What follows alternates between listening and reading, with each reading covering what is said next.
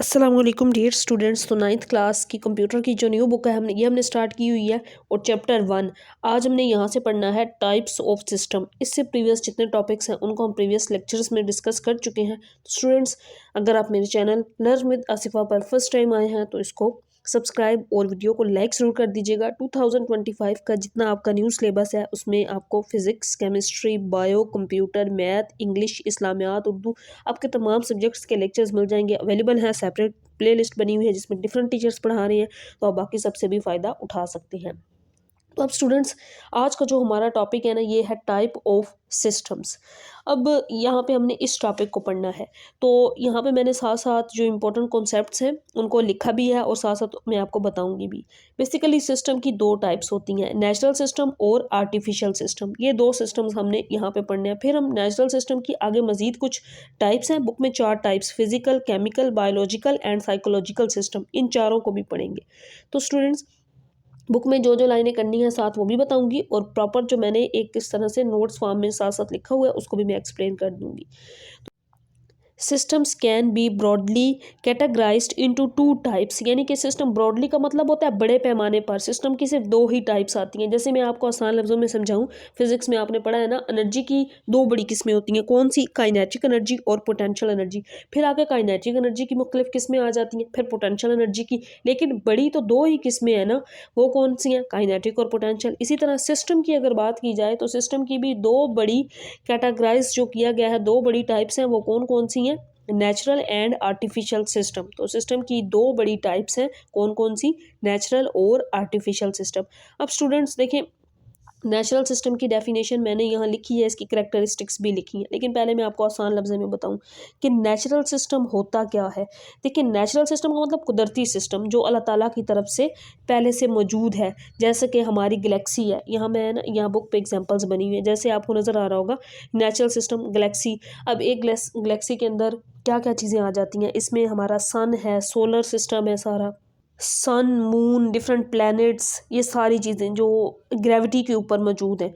देखिए ना, एक गैलेक्सी के अंदर पूरी यूनिवर्स, उसके अंदर काफ़ी ये सारे सिस्टम अल्लाह ताला की तरफ से, दिन रात का आना, ये सारी चीज़ें ये किस में आ जाती हैं? ये एक नेचुरल सिस्टम है जो अल्लाह ताला की तरफ से बनाया गया है। एक होता है आर्टिफिशियल सिस्टम, जो इंसान ने मैन मेड होता है, अपनी ज़रूरियात के तहत उस सिस्टम को बनाया। उस सिस्टम को हम पढ़ेंगे, पहले हमने यहाँ पे नेचुरल सिस्टम पढ़ना है। तो यहाँ पे देखें, इसके बाद क्या कहते हैं क्वेश्चन के अंदर, सो ये टॉपिक हमारे में क्या कहा गया है? Understanding the differences and similarities between these types. इन दोनों, यानी कि दोनों सिस्टम्स के जो मुख्तलिफ हैं, इनकी डिफरेंसेस जो हैं, इनकी प्रॉपर्टीज़ जो मुख्तलिफ हैं, इनकी सिमिलैरिटीज़ जो एक जैसी खसूसियात हैं, ये हमारी हेल्प करती हैं system theory accords various fields. तो मुख्तलिफ सिस्टम की वेरियस फील्ड में हमें हेल्प करती हैं। दोनों सिस्टम्स की जो प्रॉपर्टीज़, इनकी सिमिलैरिटीज़ भी हैं, इनकी प्रॉपर्टीज़ में कुछ डिफरेंसेस भी हैं। Natural system are naturally built, natural system कुदरती तौर पर बनाया गया है। एंड अकर इन नेचर, जो कि कुदरत में, नेचर में मौजूद है, कायनात में अल्लाह ताला की तरफ से मौजूद है।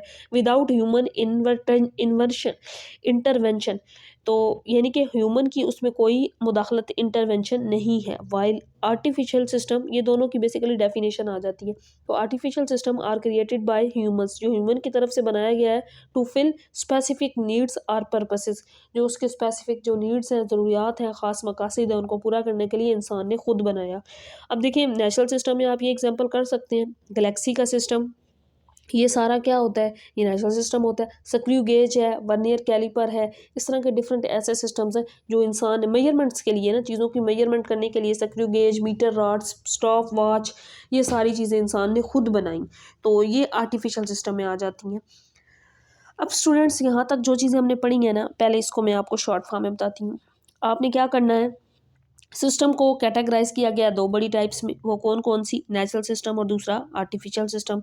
नेचुरल सिस्टम की डेफिनेशन बुक में मैंने बताई है, वो कर लें या फिर ये करें, a natural system is an interconnected collection of elements and components that exist in nature. ये क्या है? इन नेचुरल सिस्टम यानी कि एक कलेक्शन है एलिमेंट्स और कंपोनेंट्स की, जो अर्थ के, यानी कि जो नेचर के अंदर ना खुद से मौजूद है। अर्थ, सॉरी मेरे मुंह से निकला, नेचर है, कुदरत के अंदर जो तमाम चीज़ें मौजूद हैं उनकी आपस में कनेक्शन, उनका उन तमाम एलिमेंट्स का आपस में कनेक्शन और कंपोनेंट्स का आपस में जो ताल्लुक है ना, वो सारा एक नेचुरल सिस्टम बनाता है।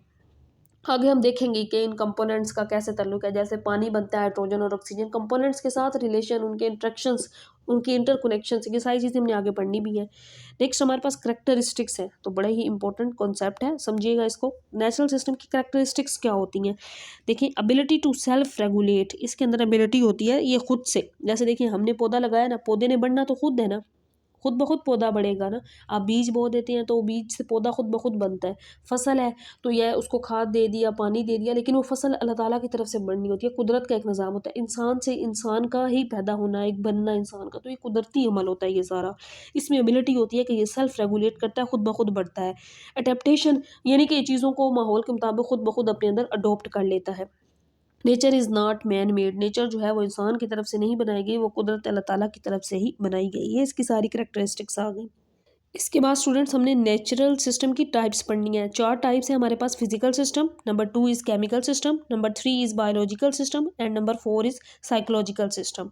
तो ये 4 टाइप्स इनकी एग्जांपल्स के साथ मैंने लिखी भी हैं, साथ साथ हम बुक से भी देखेंगे। बुक से में भी आपको बताऊंगी कि कितना कितना आपने करना है, क्योंकि बुक से भी साथ साथ समझना ज़रूरी है। बाकी जो कॉन्सेप्ट वाली सारी चीज़ें हैं वो मैंने साथ साथ सेपरेट आपके लिए लिख भी ली हैं। तो देखिए, नेचुरल सिस्टम क्या होता है? Are those that exist in nature. ये क्या होता है? सिस्टम जो होता है ये नेचर के अंदर एग्जिस्ट कर रहा होता है, मौजूद होता है। एंड ऑपरेट इंडिपेंडेंटली, और वो आज़ादाना तौर पर काम कर रहे होती हैं। ऑफ ह्यूमन इन्वॉल्वमेंट, इंसान के इन्वॉल्वमेंट के बगैर ही ऐसे सिस्टम जो खुद ब खुद नेचर में एग्जिस्ट कर रहे होते हैं, मौजूद होते हैं और आज़ादाना तौर पर काम कर रहे होती हैं, ऐसे सिस्टम्स को नेचुरल सिस्टम कहते हैं। They are govern by natural laws and processes. ये लाइन बड़ी इंपॉर्टेंट है। फिजिकल सिस्टम में हमने वहाँ पे इस लाइन को इस तरह से लिखना है, govern by physical laws and processes. Chemical system में हम लिखेंगे they are govern by chemical laws and processes. Natural system है ना, तो they are govern by natural laws, इसके अंदर कुदरती लॉज होते हैं, कुदरत के कानून होते हैं और कुदरत के ही प्रोसेस होते हैं जिसके मुताबिक ये सिस्टम वर्क कर रहा होता है। इसके बाद है नेचुरल सिस्टम। अब यहाँ तक ये इसकी डेफिनेशन आ गई। अब यहाँ पे यहाँ तक डेफिनेशन करनी है, फिर आप चाहें तो इसकी एक दो एग्जांपल्स कर लें। एग्जांपल्स कौन सी करनी है वो भी मैं आपको आगे बताती हूँ। Natural system are of various forms and sizes. Natural system के मुख्तलिफ साइज़ होते हैं, वेरियस मुख्तलिफ किस्में होती हैं इनकी, यानी कि कुछ छोटे होते हैं, कुछ बड़े भी होते हैं, या एटम की तरह छोटे, और कॉस्मोस यानी कि पूरी होल यूनिवर्स, फॉरेस्ट, ओशंस इनकी तरह बड़े भी होते हैं, या आगे हम पढ़ेंगे भी। तो ये मुख्तलिफ साइज़ में, मुख्तलिफ किस्मों में होती हैं। From very tiny objects like atoms, बहुत छोटे जिस तरह एटम होते हैं, एंड सेल्स, सेल भी एक बहुत छोटा होता है ना, तो ये इस तरह। In our body to very huge, अब इसी तरह ये बहुत बड़े भी हो सकते हैं, कैसे? लाइक फॉरेस्ट, जंगलात वगैरह, ओशंस, समुंदर वगैरह, कॉस्मोस, पूरी यूनिवर्स आ जाती है। कॉस्मोस का मतलब होल यूनिवर्स, एवरीथिंग। तो ये बहुत बड़े भी हो सकते हैं नेचुरल सिस्टम, बहुत छोटे भी हो सकते हैं, like atom and cell. Following are the examples of natural system that exist in nature. यहाँ पे कुछ एग्जांपल्स हैं नेचुरल सिस्टम की जो नेचर के अंदर एग्जिस्ट करती हैं। आप टाइप्स भी कह सकते हैं, एग्जांपल्स भी कह लें। बेसिकली नेचुरल सिस्टम की आगे 4 किस्में हैं। कौन कौन सी? Number one is physical system, and number 2 is chemical system, number 3 is biological system, and number 4 is psychological system. इन सिस्टम्स को अब हम वन बाय वन देखते हैं, वन बाय वन। तो फिजिकल सिस्टम, अब फिजिकल सिस्टम क्या होता है? गवर्न बाय फिजिक्स लॉज, जो फिजिक्स के लॉ से बनता है। As physics laws, govern by physics laws and processes. Students देखिए, मैं आपको आसान लफ्ज़ों में समझाती हूँ। फिजिक्स लॉ कैसे कर रहा होता है सिस्टम पे, देखिए ना। जब हम भी आप लोगों की तरह स्टूडेंट्स थे तो हमारे टीचर्स ने हमसे ये क्वेश्चन किया, जब मैं मतलब 9th-10th में थी, इस तरह करके। उस टाइम की बात है, ज़ाहिर है आप लोग ज़्यादा इंटेलिजेंट हैं, अब बच्चों के माइंड ज़्यादा तेज़ है। हमें उस टाइम नहीं समझ आई, ये कहा गया हमसे, टीचर ने कहा कि अगर आप रेत और नमक को मिक्स कर देना, दोनों को मैंने इकट्ठा कर दिया, तो क्या आप रेत और नमक को अलग अलग कर सकते हैं? तो कर सकते हैं, तो कैसे कर सकते हैं? हम सोच में पड़ गए, कैसे रेत और नमक को अलग करें? छान लें तो फिर वो नमक और रेत तो अलग, वो सेम साइज़ के हैं ना, सेम पार्टिकल्स हैं, एक जितना उनका साइज़ है, वो अलग कैसे होंगे? रेत अगर छानने से नीचे जाती है तो नमक भी जाएगा, नमक जाता है तो रेत उसके साथ होगी, किसी भी सूरत अलग नहीं किया जा सकता। मतलब हमने कहा नहीं, हम अलग नहीं कर सकते। तो उस टाइम फिर हमें खैर टीचर ने भी बताया, लेकिन अब वो चीज़ें सारी वक्त के साथ साथ ना समझ भी आ गई हैं। आप लोग ज़्यादा इंटेलिजेंट हैं, आजकल की जनरेशन समझ सकती है, उनके ज़्यादा माइंड होते हैं। बस उस टाइम फिर हमें ये बात समझ आई कि फ़िज़िक्स कैसे, ये एक बड़ी आसान सी एग्जांपल है कि फ़िज़िक्स हमारी लाइफ में कैसे, फ़िज़िक्स लॉ जो होते हैं ना वो कुदरत के तौर पर किस तरह होते हैं, वो हो सकते हैं इम्प्लीमेंट उनका। फिर हमें समझ आई। क्या होता है कि जो रेत और यानी कि रेत और नमक को ना एक पानी लें, बाल्टी लें ना, उसके अंदर पानी उसके अंदर डाल दें, तो नमक क्या हो जाएगा, पानी में हल हो जाएगा।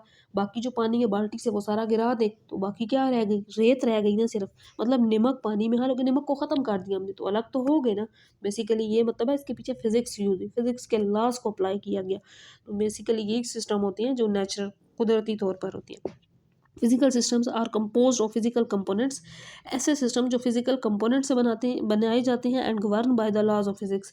और फिजिक्स के लॉज, अब आप इसमें इतनी डेफिनेशन इस तरह कर सकते हैं, physical system are govern by physics laws and processes.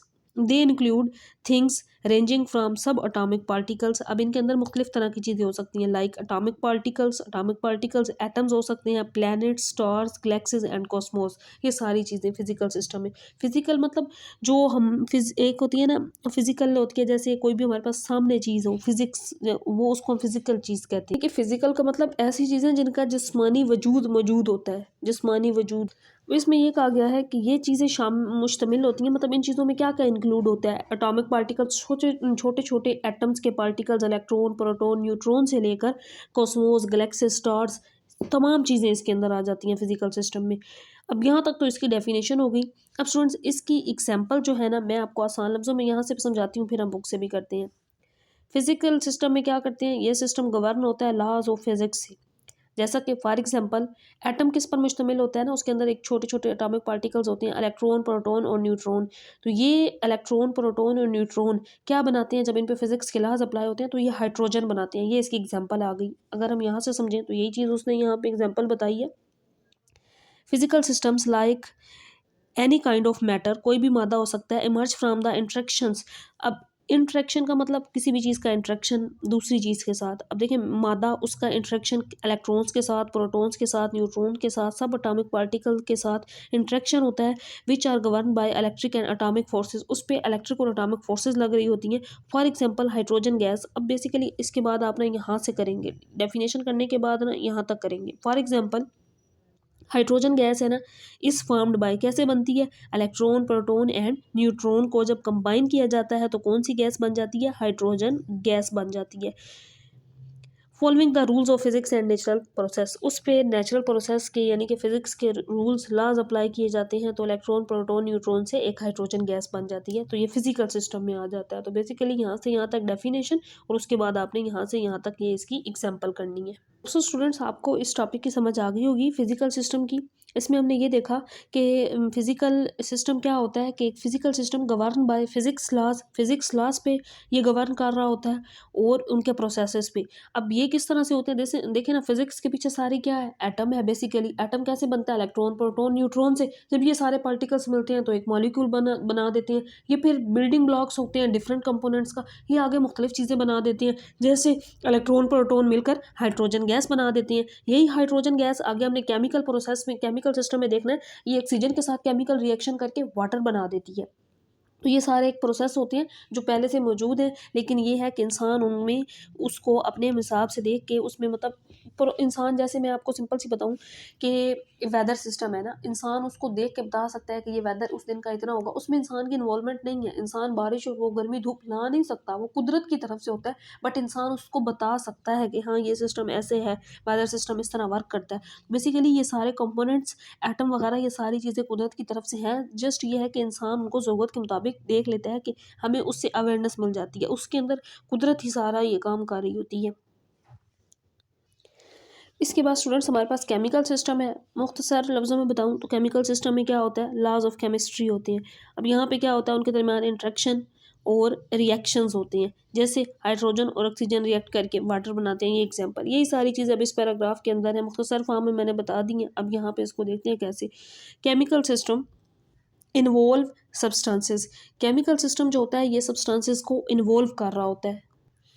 तो केमिकल सिस्टम में क्या होता है, सब्सटेंसेस इन्वॉल्व होते हैं। हमेशा याद रखिएगा, केमिकल सिस्टम में सब्सटेंसेस होते हैं, वो एटम हो सकते हैं, वो इलेक्ट्रॉन, प्रोटॉन, डिफरेंट सब्सटेंसेस होती हैं। इन्वॉल्व सब्सटेंसेस, उनका काम क्या होता है, एंड देयर इंट्रैक्शन, उनके इंट्रैक्शन, इंट्रैक्शन का मतलब ये है, आसान लफ्ज़ों में अगर आपको डेली लाइफ में इसकी एग्जांपल बताऊं, इंट्रैक्शन का मतलब है एक दूसरे से कम्युनिकेशन, एक दूसरे के साथ, यानी कि आप अपनी फादर मदर किसी के साथ किसी घर गए, जगह गए, वो कहते हैं कि आपकी आंटी हैं, खाला हैं, आपका उनके साथ इंट्रैक्शन हुआ ना, आपने उनको अपना नाम बताया। इंट्रैक्शन बेसिकली कम्युनिकेशन होती है हमारे पास।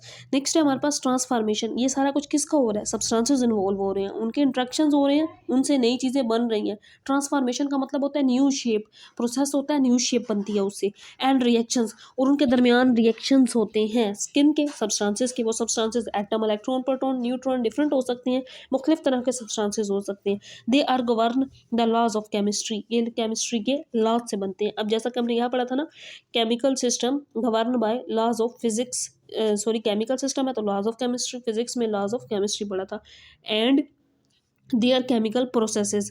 Chemical system emerge, chemical system जो है इमर्ज होता है फ्रॉम फिजिकल सिस्टम। देखिए ना, फिजिकल सिस्टम में हमने ये देखा था कि हाइड्रोजन गैस बनी किससे? इलेक्ट्रॉन, प्रोटॉन और न्यूट्रॉन से। अब केमिकल में क्या होता है? वही जो फिजिकल सिस्टम में हमने देखा, फिजिकल सिस्टम इमर्ज होगा केमिकल सिस्टम में, और वही हाइड्रोजन जो है वो ऑक्सीजन के साथ मिलकर वाटर बना देगी। When atoms emerge from physical systems when atoms and molecules interact and bond। तो इसी में इसमें क्या होता है कि एटम्स और मॉलिक्यूल्स आपस में इंटरेक्ट करते हैं, बॉन्ड बनाते हैं अकॉर्डिंग टू केमिकल प्रिंसिपल्स। जो फिजिक्स जिस तरह फिजिक्स के प्रिंसिपल्स होते हैं, इसी तरह केमिकल प्रिंसिपल्स होते हैं, केमिकल रिएक्शंस के कुछ असूल होते हैं। फार्मिंग न्यू सब्सटेंस, तो एक न्यू सब्सटेंस बनाते हैं। For example a chemical system like water is formed. Water कैसे बनता है? हाइड्रोजन एटम के बॉन्ड के, हाइड्रोजन एटम और ऑक्सीजन एटम के आपस में रिएक्शन के साथ, दोनों के बॉन्ड जब आपस में रिएक्शन करते हैं तो एक नई चीज़ बनती है, डेट इज़ वाटर। अब यहाँ मैंने देखें स्टूडेंट्स इसी टॉपिक को मुख्तसर करके लिखा। केमिकल सिस्टम क्या होता है? Is govern by laws of chemistry and laws of chemistry. Chemical इसमें क्या होंगे? केमिकल इंट्रैक्शंस होंगे, रिएक्शंस होंगे। एग्जाम्पल क्या होगी? जैसे हाइड्रोजन ऑक्सीजन के साथ रिएक्ट करेगी तो वाटर बन जाएगा। अब वाटर देखें, वाटर इंसान के लिए बहुत ज़रूरी चीज़ है। अगर वाटर ही ना हो तो मेरे ख्याल में आपको पता है लाइफ एग्जिस्ट नहीं कर सकती। और हमारे ज़मीन पे जो है वो तकरीबन 70 to 80% वाटर है। अगर हम, हमारे लिए इंसान के लिए क्या है कि वो दिन के 16 गिलास पानी के ज़रूर पिए। तो पानी हर इंसान की लाइफ में बड़ा इंपॉर्टेंट है। पानी खुद बनाया जा सकता है। ठीक है, सब्सटेंसेस तो है ना इसमें ना, बेसिकली एक ना एग्जांपल मैं आपको बताती हूँ कि ये वैसे तो एक मूवी का एक पार्ट बन जाता है। मार्स पे ना लोग गए उस टाइम, तो मूवी में ये चीज़ बेसिकली दिखाई जाती है। वहाँ पे ना सारे दोस्त वापस आ गए, एक रह गया वहाँ पे। उसने ज़ाहिर है आलू उगाए, ये इंग्लिश का भी एक चैप्टर है। उसने वो पानी भी बनाया डिफरेंट सब्सटेंसेस के तहत। तो लेकिन ये बेसिकली कुदरत का सारा निज़ाम है, लेकिन मुख्तलिफ सब्सटेंसेस होती हैं। इंसान उन सब्सटेंसेस को उनको यानी कि उनके केमिकल रिएक्शंस के साथ आगे पानी भी जनरेट कर लेता है। तो पानी ये कुदरती नेचुरल सिस्टम के तहत बनता है। सिस्टम बायोलॉजिकल सिस्टम है, इसको मैंने मुख्तसर करके लिखा है। बायोलॉजिकल सिस्टम में 3 चीज़ें होती हैं। उसमें बायो के अलावा होते हैं, ग्रोथ हो रही होती है, चीज़ें नई नई आगे बन रही होती हैं। जैसे एक पौधा है ना, आपने पौधा लगा दिया, उसका बीज बोया, पौधा, पौधे की खुद ब खुद ग्रोथ हो रही, उस पर फल लगता है। ये कुदरती अमल होता है ना। आप एक फल तोड़ती हैं, अगले, ऐसा तो नहीं है आपने एक साल फल तोड़ लिया, दूसरे साल नहीं लगेंगे, दूसरे साल फिर उस पर लगेंगे। ये कुदरती अमल होता है। अगर इंसान में देखें तो इंसान भी क्या होता है, पहले छोटा होता है, आहिस्ता आहिस्ता आहिस्ता आहिस्ता कुदरती तौर पर उसकी ग्रोथ हो रही होती है। उसके नाक, कान, आँख, ये सारे अज़ा बन रहे होते हैं। रिप्रोडक्शन, रिप्रोडक्शन का मतलब है बेसिकली कि उसमें क्या होता है, एक इंसान से दूसरा इंसान रिप्रोड्यूस हो जाता है ना। तो ये सारा एक कुदरती अमल होता है। ह्यूमन में ये मैंने बताया आपको। इसी तरह जितने लिविंग थिंग्स होती हैं ना, उसमें हमारे पास बर्ड्स, एनिमल, सब में यही प्रोसीजर हो रहा होता है। तो बायोलॉजिकल सिस्टम को अगर हम बुक से देखें तो बायोलॉजिकल सिस्टम क्या है? Are govern by biological process. Biological system consist of living organisms. ये लिविंग ऑर्गेनिजम्स पर मुश्तमिल होता है। लिविंग ऑर्गेनिजम्स क्या होते हैं? ह्यूमंस होती हैं, तमाम लिविंग थिंग्स होती हैं। एंड देयर इंट्रैक्शंस, और उनके इंट्रैक्शन से। They are govern by biological process such as growth, reproduction and metabolism. Metabolism क्या होता है? निज़ाम इन्हज़ाम होता है, जिसके अंदर इंसान के तमाम निज़ाम आ रहे होते हैं। उसमें उसका सर्कुलेटरी सिस्टम है, उसमें आप समझ लें सर्कुलेटरी सिस्टम है, उसमें रेस्पिरेटरी सिस्टम है। ये सारे सिस्टम्स मेटाबॉलिज्म के तहत ही वो सारा होता है, निज़ाम हो रहा होता है इंसान का। तो इंसान का बेसिकली इंसान की बॉडी का निज़ाम है, उसकी बात कर रहे हैं।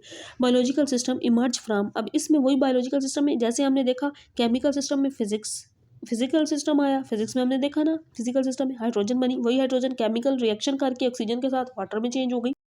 तो इसमें नेक्स्ट हम ये पढ़ रहे थे कि बायोलॉजिकल सिस्टम इमर्ज करता है केमिकल सिस्टम से। When molecules interact in, next page पे है, complex ways to form living cells which then organize into tissues organs and organisms. इस लाइन को बेसिकली बताने का ये मतलब है, देखिए मैं ऊपर वाली बात को इससे रिलेट करती हूँ, पहले आपको आसानी से समझ आ जाए इस चीज़ की। हमने ये पढ़ा फिजिकल सिस्टम में क्या हुआ, इलेक्ट्रॉन प्रोटॉन और न्यूट्रॉन जो थे उन्होंने आपस में उनकी फिजिकल रिएक्शंस हुए उनके दरमियान। फिजिकल है ना, मतलब इलेक्ट्रॉन प्रोटॉन न्यूट्रॉन मिलकर उन्होंने एक हाइड्रोजन गैस बना दी, उसी हाइड्रोजन ने केमिकल रिएक्शन किया ऑक्सीजन के साथ तो वाटर बना दिया। इसी तरह बायोलॉजिकल सिस्टम इंसान के अंदर भी केमिकल सिस्टम यानी कि केमिकल सिस्टम इन्वॉल्व होता है, रिएक्शंस हो रहे होते हैं। देख रहे हैं इंसान के अंदर निज़ामी निज़ाम डिफरेंट सिस्टम्स हैं जो चल रहे हैं, चीज़ें इंसान से एक इंसान का बनना, रिप्रोड्यूस होना, ग्रोथ होना, ये सारी चीज़ें बेसिकली इस तरह अगर समझें तो देखें ना, एक सेल होता है, सेल एटमों से मिलकर बना होता है, वो सेल ऑर्गेनाइज होता है मुख्तलिफ टिश्यूज़ में, ऑर्गन्स बनाता है, ऑर्गेनिजम्स बनाता है। वो ऑर्गन्स इंसान के भी हो सकते हैं, जितनी जिंदा जानदार चीज़ें होती हैं उनकी बात हो रही है। तो इस तरह ये प्रोसेस चलता रहता है। फिर नेक्स्ट हमारे पास साइकोलॉजिकल सिस्टम है। साइकोलॉजिकल सिस्टम को अगर मैं आसान लफ्ज़ों में आपको बताऊँ ना, बेसिकली इसमें क्या बताया हुआ है, माइंड बिहेवियर, इंसान का इसमें माइंड और बिहेवियर इन्वॉल्व होता है। अब इसमें इंसान के इमोशंस हो सकते हैं, थॉट्स, उसकी सोच होती है जो कुदरती तौर पर ताला की तरफ से, देखिए ना, मैं अब ये यहाँ मैं लिख रही हूँ लेट्स, तो ये भी मेरा एक माइंड है, मेरी एक सोच है ना जिससे मैं लिख रही हूँ। मेरे हाथों की जो मूवमेंट है, उठ के चलना बैठना, ये इंसान को दिमाग होता है, इंसान का ब्रेन होता है जो उसको उसको थॉट्स आ रहे होते हैं उसके ख्याल के, अब मैं उठ जाऊँ बैठ जाऊँ, ये सारी चीज़ें कुदरती तौर पर होती हैं। ह्यूमन जो होता है अल्लाह ताला की तरफ से कुदरती तौर पर बनाया गया है, जिसके तहत एक साइकोलॉजिकल सिस्टम भी इंसान का चल रहा होता है। तो साइकोलॉजिकल सिस्टम इन्वॉल्व होता है इसमें माइंड एंड बिहेवियर, इंसान का दिमाग और उसका रवैया। लेकिन अब इंसान का रवैया उसके दिमाग के मुताबिक मुख्तलिफ होता है। इस टाइम खुशी होती है, गुस्सा होता है, किस टाइम किसी पे प्यार का इजहार करना, नफरत का करना, ये सारी चीज़ें इंसान के माइंड से रिलेट कर रही होती हैं उसके बिहेवियर पे। दे इंक्लूड थाट्स, इसमें इंसान की सोच होती हैं, इमोशंस होती हैं, फीलिंग, इमोशन का मतलब फीलिंग्स होती हैं, जैसे दुख की, तकलीफ की, डिफरेंट फीलिंग्स होती हैं, खुशी की, एंड मेंटल प्रोसेस, और इंसान के दिमाग से ही ये सारा बेसिकली प्रोसेस हो रहा होता है। इंसान का लिखना, पढ़ना, देखना, बोलना सारा मेंटली प्रोसेस हो रहा होता है, मेंटल इंसान के दिमागी प्रोसेस होती है, govern by the principles of psychology. अब ये साइकोलॉजी के सारे प्रिंसिपल्स हैं, लॉज ऑफ साइकोलॉजी है। साइकोलॉजी एक अब तो अलग सब्जेक्ट भी है, फर्स्ट ईयर सेकंड ईयर में आगे चॉइस होती है, ऑप्शन होता है, उसमें स्टूडेंट्स रख भी सकते हैं। तो इसमें इंसान की बेसिकली माइंड, बिहेवियर, उसके थॉट्स, ख्यालात, इस बारे में बताया जाता है। Psychological system emerge from biological system, ये क्या हो रहा होता है, इमर्ज हो रहा होता है बायोलॉजिकल सिस्टम। देखिए ना, सारा सिस्टम अगले सिस्टम से रिलेट कर रहे होते हैं। फिजिकल सिस्टम में हमने देखा, फिर केमिकल सिस्टम में फिजिकल सिस्टम इमर्ज हुआ, बायोलॉजिकल सिस्टम में केमिकल सिस्टम इमर्ज हुआ। इसी तरह अब इससे पिछला सिस्टम हमने बायोलॉजिकल सिस्टम पढ़ा। बायोलॉजिकल सिस्टम इमर्ज होता है when the brain physical and chemical process, जब ब्रेन के अंदर फिजिकल और केमिकल प्रोसेस हो रही होती हैं, तमाम प्रोसेस ब्रेन के जरिए होती हैं, जैसा कि गिविंग राइज टू थॉट्स, हमारी ख्यालात का बढ़ना, इमोशंस, हमारी फीलिंग्स, बिहेवियर्स, ये सारे रवैयात, इंसान के मुख्तलिफ रवैयात जो होती हैं, ये उसके अंदर केमिकल प्रोसेस ही दिमाग के अंदर बेसिकली हो रहा होता है, which are influenced by an individual experience and environment, जो माहौल के हिसाब से डिफरेंट इंसान के एक्सपीरियंस होती हैं, ख्यालात होती हैं, उस हिसाब से वो बढ़ते रहती हैं, कम भी होते रहती हैं, उनमें बेहतरी आती है। तो बेसिकली साइकोलॉजिकल में माइंड, बिहेवियर, इसमें इंसान की इमोशंस, थॉट्स, ये सारी चीज़ें आती हैं। तो होप सो स्टूडेंट्स यहाँ तक आपको समझ आ गई होगी। इससे रिलेटेड क्वेश्चन हुआ तो कमेंट सेक्शन में पूछिएगा। इंशाल्लाह नेक्स्ट हम आर्टिफिशियल सिस्टम से स्टार्ट करेंगे, और मुख्तसर करके जिस तरह मैंने लिखा है ये सारी चीज़ें आपको बताई हैं, इनकी एग्जाम्पल सोलर सिस्टम मैंने आपको बताई है, ये नेचुरल सिस्टम की, फॉरेस्ट, वेदर सिस्टम, ये सारी चीज़ें। और इसके बाद हमने ये 4 टाइप्स पढ़ी जिनकी एग्जाम्पल और डेफिनेशन मैंने आपको इस तरह से मुख्तसर फॉर्म में भी बताई है, तो ये भी आप कर सकते हैं। तो इंशाल्लाह नेक्स्ट हम आर्टिफिशियल सिस्टम को पढ़ेंगे। अल्लाह हाफिज़।